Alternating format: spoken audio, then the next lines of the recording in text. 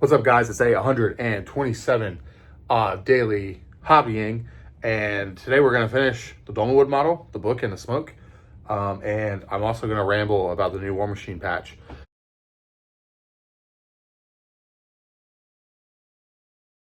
Also, you probably have seen them in the background of other videos, but I live right by a bricks and minifig store, and obviously going there all the time with the kids. But they had like a full set of like the one-piece sets that all were like damaged in various ways. So they gave me, like, I have everything but the Baratier now. This is the last one to build, so I'm gonna build this one too to chill. It's a chill Saturday, get to finally relax. But I got all the one-piece sets for like the price of one of them. So it was really cool. If you guys are like me and you haven't done like love Legos as a kid but haven't done any as an adult, like definitely get yourself some new Lego sets, because it's pretty crazy like what they can do. And these little stud shooters are some of the coolest things. If I had this as a kid, I would have gotten myself in so much trouble.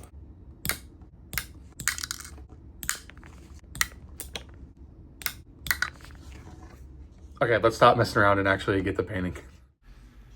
All right, coming in, Vallejo game color, the fluoro green, hitting the smoke. I'm gonna build this up over a couple of different layers. I think it actually took like 3 to 4 different layers of getting it all built up, and I was just letting it dry, just like traditional 2 thin coats kind of thing. And I wanted this established everywhere, and you could probably like just leave it if you were in a hurry. It looks fine. But now onto this book. I spent more time on this book than I did like the whole rest of the model. So the trick here, this is also a 5/0 brush. Thinnest brush I could find. This is that Mephiston Red mixed in with some black ink, a very small amount of black ink. You have to be careful mixing black and white in with red, because otherwise you'll just get brown or you'll get a pink. It's not actually a really good way of shading red. But what I'm doing here is trying to make it look like an illuminated text. So that's like when you got the fancy margins and all the images, the first letters of the book are those big block ones. And so I didn't want it to look like real language, one, because it's kind of in setting in Dolmenwood. So I just made it like, is it an E? Is it an R? Is it a B? Is it an 8? You know, I just kind of made it like vague, and just doing very small squiggles with the brush and doing this first pass of the text and just keeping it straight, keeping the spacing between lines uniform, but not just doing the same squiggles in every line. And the hardest part about this is keeping the paint on your brush wet, because it is going to dry out with such a small brush. All right, now I'm just moving over to the other side, and I practiced this on the paper behind me, which you might see in some other shots. So the important thing here, and you can see it right there underneath my hand while I was practicing a little bit, you want to pull the brush towards you. That's how, just in drawing and painting and anything, it's easier to get a straighter line by pulling, especially with something like the paintbrush, where the bristles of the brush will flex. And here I'm just being really careful to make sure I have the perfect amount of paint on my brush. I don't want it too thick. I don't want it to bleed. I want to keep a straight, uniform line. And this thing I'm drawing, and you can see it, the big version in the back, which I just sketched out pretty quickly, is inspired by the sigil for Boer from the Gosha. And again, it's not a one-to-one. I don't think that'd be very wise, but also just inspired by it. So in any new line I draw, I'm holding the model, so I pull the line towards me, and I'm just going very slow, making sure I have the right amount of paint on my brush. Patience is key here. I'm testing the brush strokes on my thumb, and sometimes, honestly, I have such a small amount of paint that brush stroke test on my thumb takes all the paint off of it. So it's just about going slow and being patient.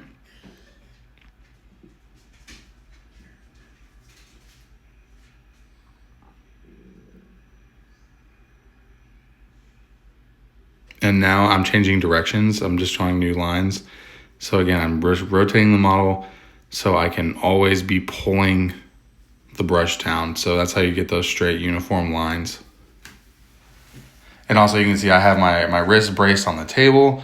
I'm using my pinky to brace my hand against my other hand on the painting handle, and I'm just jamming out on this.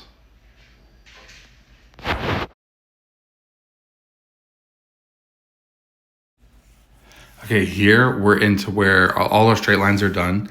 And now I'm doing these S's. And even still here, I am pulling the curve towards me. And here's a circle. The circle's a little bit wonky. I wanted it to be kind of more of a square, but it's definitely a little wonky. I'm drawing the circle so that it's two curved poles. So I'm still pulling it down, and then now I'm doing kind of like the circles and the figure eight inside of it. What I'm doing at this part right here is I actually have, I finished the red and I have Vallejo Strong Tone on my brush. And I just, for some reason, I didn't press record on it. So I went back and I highlighted all of the red parts with pure Mephiston Red because the other one had black mixed in. And now I have that Vallejo Strong Tone, and I'm just going back in and just adding in a little bit more weathering across the pages. And you can also see now actually now you're just looking at my thumb. All right, so dark Prussian blue, one of my favorite blacks. But here, what I'm doing is I'm using that long bristled brush, and this is one of the ones that was curling pretty bad. So the fact that I'm messing it up here isn't a big deal. I'm dry brushing that dark Prussian blue up from the bottom. And then as I get farther away from the source of ignition, I'm hitting more of the top of it. And what this is going to do, it's going to look kind of janky up close, but from a distance, it's going to make it look like the glowing smoke with only spending a couple of minutes on it instead of glazing and all that. We're just going to give it the illusion of looking good. And now what I'm doing is I have this Vallejo Pure White, and I'm putting dots of white onto the smoke, and this will come through again at that tabletop level. It'll make it look like there's swirls, or maybe there's something magical in the pipe smoke. And even here you can see like the way I'm holding the model and the way that we dry brush that blue. Are you guys ready for a blast of nostalgia? At least that's what this gives me in the best way. Look at that. I've had to pull the old terrain out that I made 20 years ago.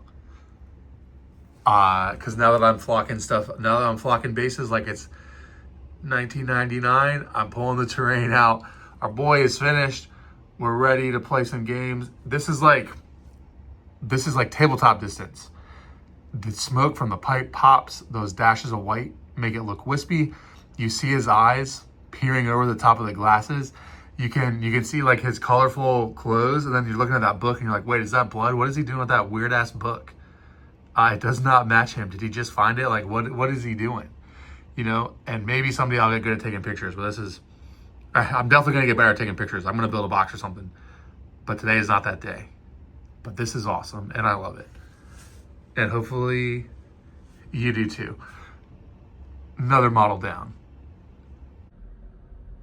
Oh, and I'm sure I'm going to get some questions just about this. If you want to know, like, literally, I made this in like the 2000s. It's not from 1999. But I made this in the early 2000s as probably a teenager. It's pink foam. This is sand on the top with a little bit of ballast and static grass. And it's probably, like you probably can't tell. This thing has like a solid millimeter, not on the sides, like whoa, see, but like I just dropped it, no damage. This part, this has like one layer of PVA glue on it. But this top part, it has like almost a millimeter of just flat out Elmer's glue on it. So like this stuff is like bulletproof. It's seen many games of Warhammer Fantasy. It's seen many games of Age of Sigmar. Even like this flock, like same thing. Like I soaked with this bad boy. Like this flock's not coming off at all. It's seriously lasted that long. This one, again, same thing as the pink. This one was getting a little bit tore up on these sides because this was always like the base plate to put other stuff on top of. I need to repaint it though. But you see like the paint on top of the Elmer's glue is coming off due to all the wear and time, but the actual base texture, nowhere. And like you can really see how much Elmer's glue, and the answer is just slather this stuff in Elmer's glue and it'll last forever. And getting this stuff out, having a model, like when I was making this stuff, I wish I could have painted like that. And now when I look at this, I'm like, that was speed painted, and I didn't even really do that good of a job painting it, like compared to this stuff, you know. But I'm really happy with how he turned out. very satisfied. If you're watching this, I was gonna make one video, but I realized I was talking a whole lot about War Machine and painting a goat for Dolmenwood, and it didn't really make sense to have it all in the same video. Got flock everywhere. So the War Machine one will be tomorrow. Thanks for watching. See you tomorrow.